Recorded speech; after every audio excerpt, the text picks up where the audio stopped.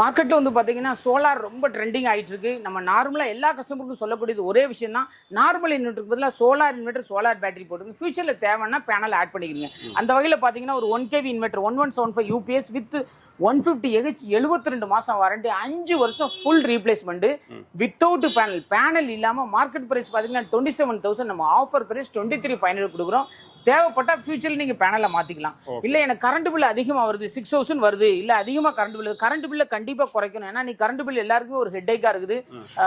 So current bill தான் இன்னைக்கு நிறைய ஹெட்டேக்கா இருக்குது. அதுல இருந்து விடுபடணுமா? உங்க கரண்ட் பில் 6,000 ரூபாய் ஜஸ்ட் ஜீரோ பண்ணணுமா? நமக்கு மோடி ஸ்கீம் ஒன்று ஓடிட்டு இருக்கு. 3 கிலோவாட் ஆன் கிரிட் இன்வெர்ட்டர் நீங்க போட்டா போதும். இதனுடைய காஸ்ட் 2,15,000. உங்க கரண்ட் பில் கம்ப்ளீட்டா மினிமைஸ் ஆயிரும். இதுல உங்களுக்கு 78,000 மானியமும் திருப்பி தந்துருவாங்க.